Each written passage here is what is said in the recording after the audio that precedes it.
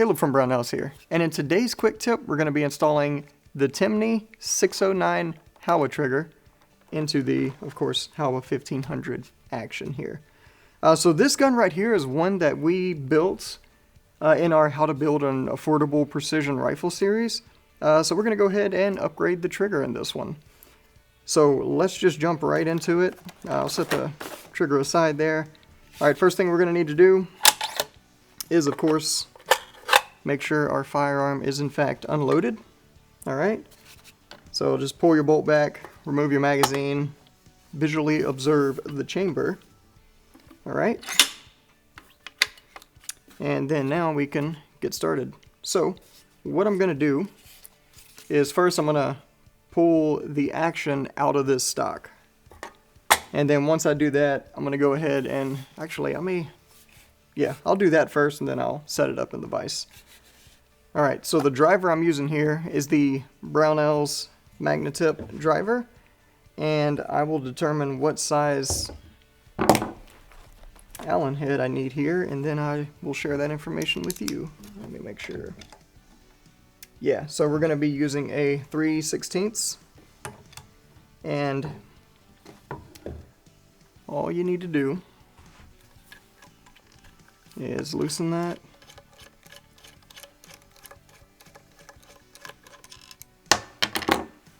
Set that down.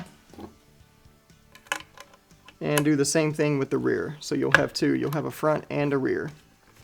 And now as you remove the second one, the action is going to start separating from the stock. So you need to make sure you have a hold of it here. Alright. Then we'll just pull the two apart. Set that stock out of the way. And then now, so we can both see what's going on a little better here, I'll just put this facing towards the camera a bit. Grab that barrel and those padded vice jaws in the Brownells vise. And then you have a bolt catch on the side here, and we're just going to use that to remove the bolt. It'll come right out. You just push down on the lever, pull the bolt straight out. Alright, now we need to remove this screw in the front here. This is going to be a metric, a size 3. So take our number 3 hex and just unscrew that.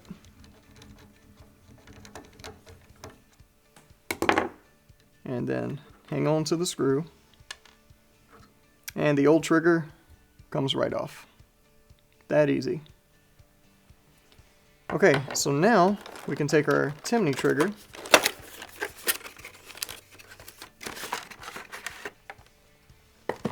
alright, and this one, let's see here, pull it out of the packaging.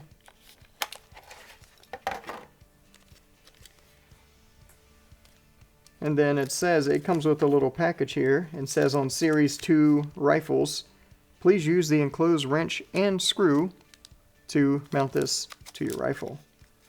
So let's go ahead and take a look here. Alright, so we're going to use that new screw. So if you look at the two screws here, the original is just flat, has a flat head on the surface there. And the new one is tapered. We're going to use this tapered screw. Alright, and then they provided a wrench, but we have wrenches. So we're going to use our, was this 2.5? Yeah, 2.5 will be a perfect fit.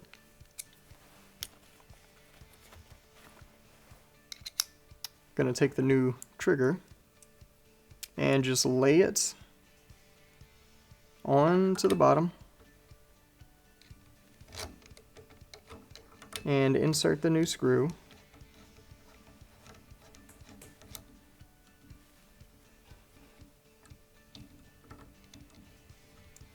Alright, and tighten that down. Now, if you notice, let me back it off so you can see here, and I'm going to do something else as well, but if you notice, this trigger, the bottom of it, almost has two holes cut in it. It kind of seems that they blend together. But you'll know which one that you need to go in for your particular rifle, because this only mounts onto the bottom of the receiver one way. So you notice you have this notch here. That fits into that groove right there. So as long as you have this in place, you can't mess up placement of this screw. Also, another thing I'm going to do is I'm going to take some of this Brownells vibration coating, or vibration and shock resistant coating, and I'm going to put just a little bit on the threads. That's it. Don't overdo it, because you don't want any of this getting down into the trigger mechanism itself. So just a dab on those threads. Put this in place. Insert. And tighten down.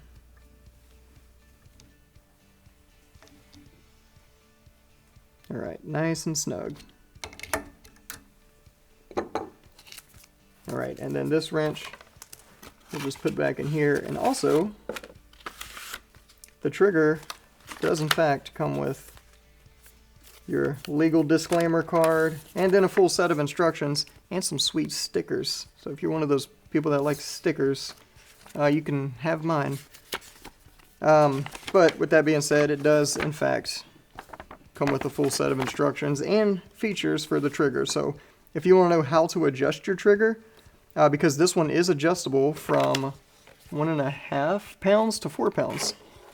Alright, so pretty much all of your adjustment is going to be done on the front screw right here. So to make sure that you don't mess it up, right? What they did was they put a little bit of locking compound on that rear screw. So the one with no compound whatsoever is the one you adjust. And it comes with the locking nut as well. I'm not really going to adjust this one. I'm going to leave it where it is, but I am going to show you how to adjust it. So what we'll do here, I think this wrench should fit it. It does not. So we'll use our own. Yep, so that screw, 5/64 fits right in there.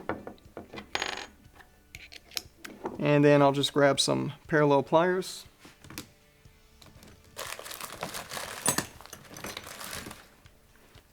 So all you're going to do is loosen this lock nut, and then to increase your pull weight, you turn the screw clockwise, and then to decrease your pull weight, you turn the screw counterclockwise. And what I would recommend doing at this point is, especially if you have a trigger pull gauge, that's great. Then you know exactly what your trigger pull is set on. But you can insert your bolt. Go ahead and test that trigger pull. And you're going to want to test that with the safety off, because if not, then you're going to be here a while.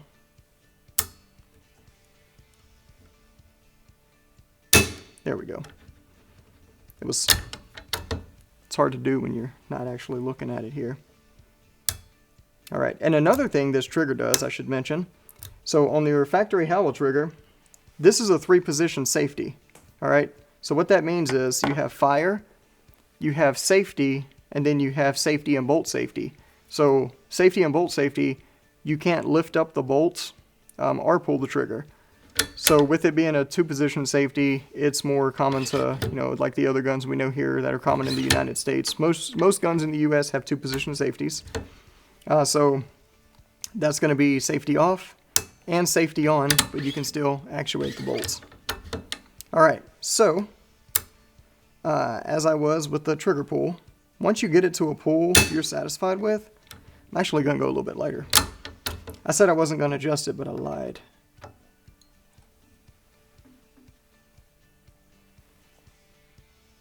Yeah, that's a little closer to where I want to be. That might be a little too light. There we go. Alright, then once you get it where you like, just tighten down that lock nut.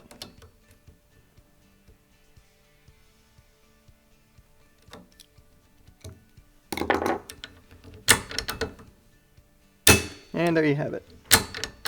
Alright, so once you're done with that step, you're ready to just go ahead and throw the stock back on. That goes on exact opposite of how it came off, believe it or not. So, there are some things I like to do when I'm reinstalling my stock though. So I'm going to set the action in.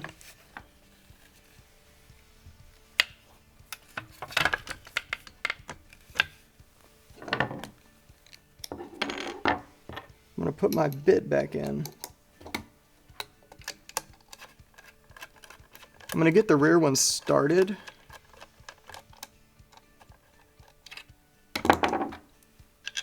Just because it's already there. Then I'm going to do my front one.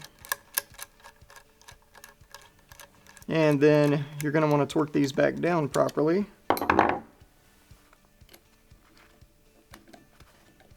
And for this stock and this action, your torque setting is, and this is the Brownells torque wrench, between 60 and 65 inch-pounds.